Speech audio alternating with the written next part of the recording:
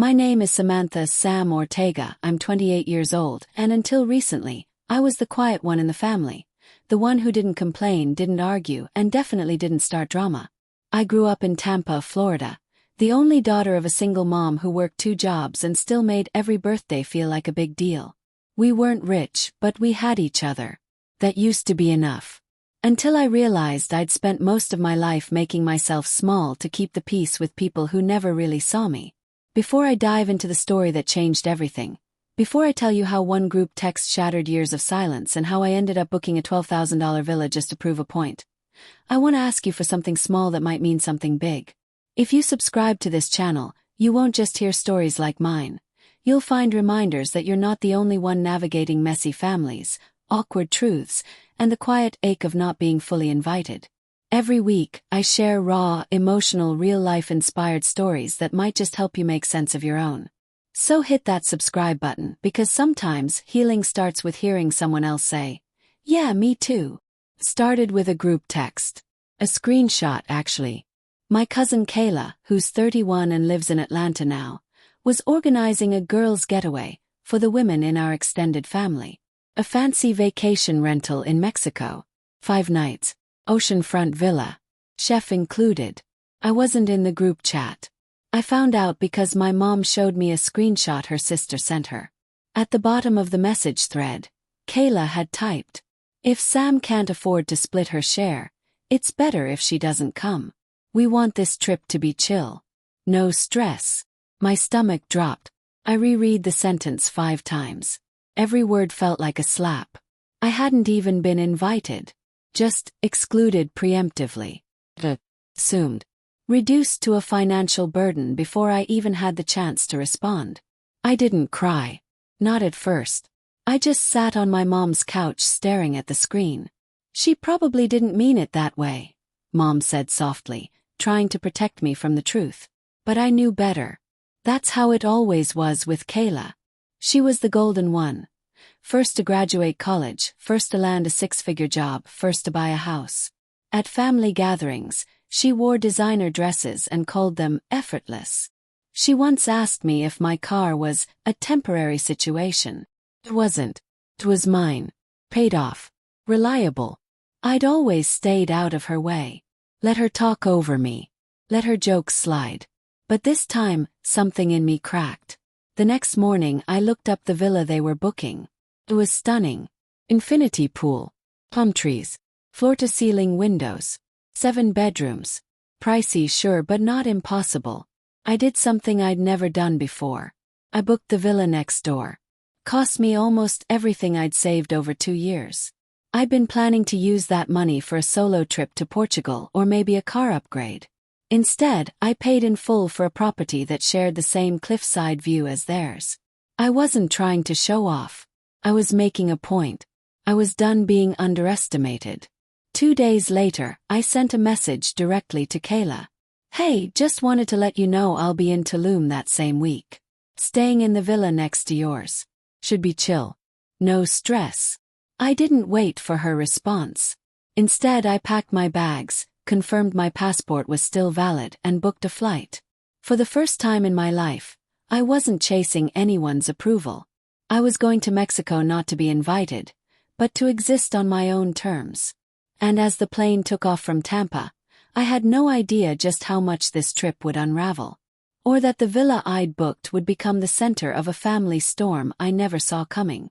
I landed in Tulum on a humid Sunday afternoon.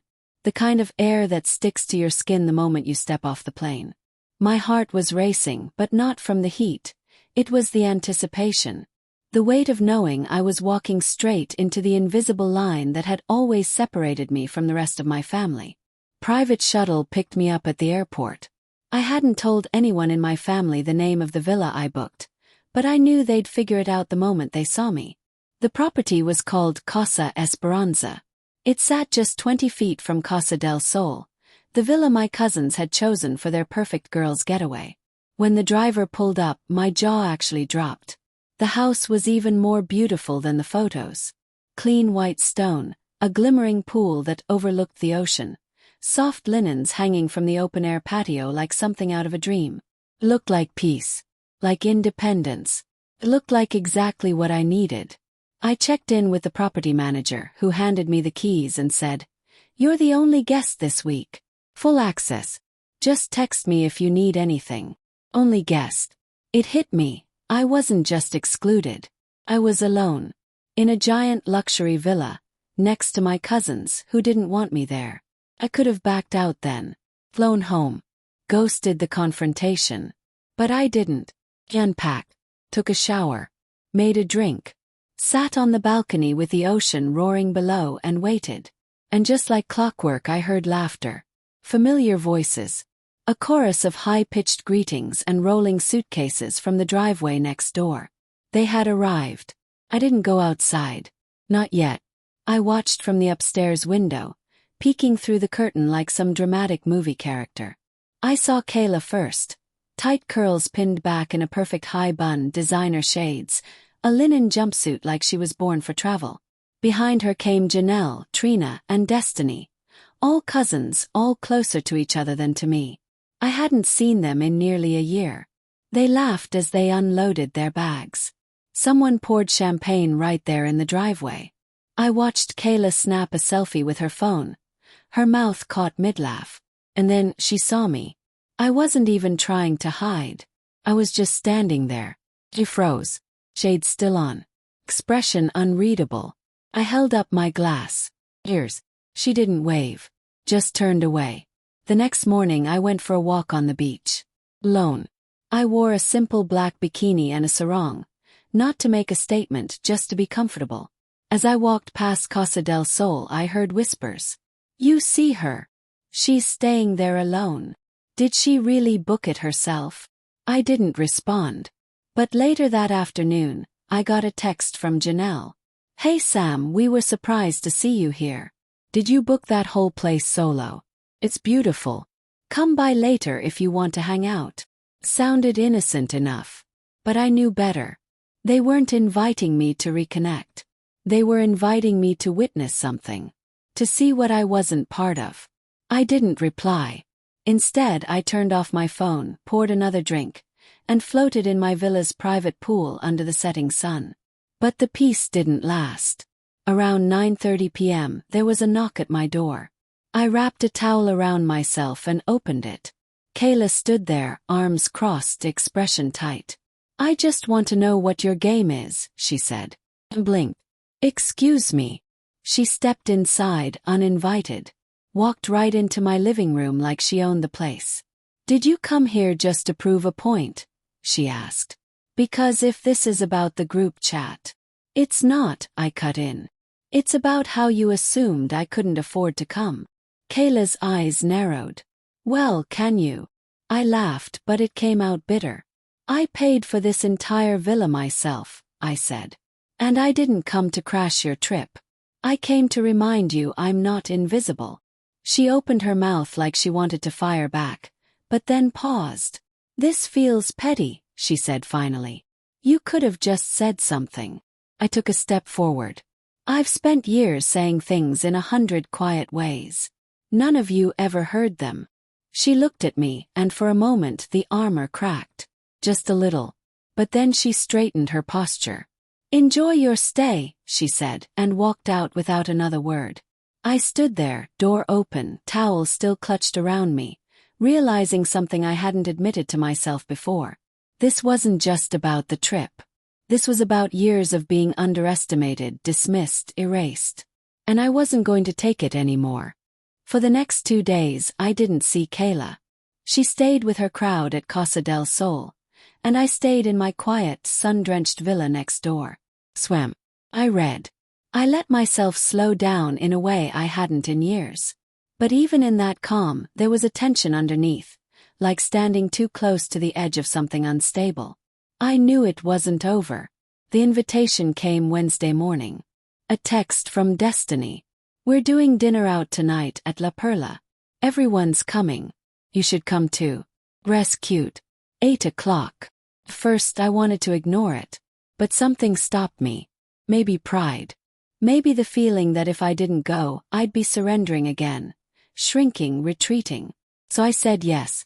I wore a navy blue dress that I'd packed for no particular reason. Soft satin, low back, high neckline. Simple.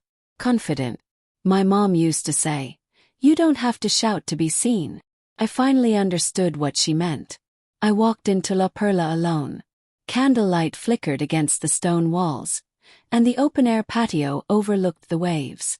The hostess smiled politely, then led me to a long table on the far side of the restaurant where my cousins were already gathered. Laughter stopped when I approached. 10 seconds of silence. Then Janelle said, "Hey, Sam," and stood up to hug me. The others followed. Kayla didn't. She sat at the far end of the table, swirling her wine, eyes cool. I took the empty seat across from her. Conversations resumed. They asked about my villa. Someone joked that I should rent it again next year, for all of us. I smiled but didn't offer. The food came. Fresh ceviche, grilled lobster tails, hand-rolled tortillas. For a moment it felt almost normal, like maybe this trip would stitch something back together. Until Kayla spoke. "So," she said, resting her elbow on the table, "how did you afford that villa, Sam?" The table went quiet again. I met her gaze.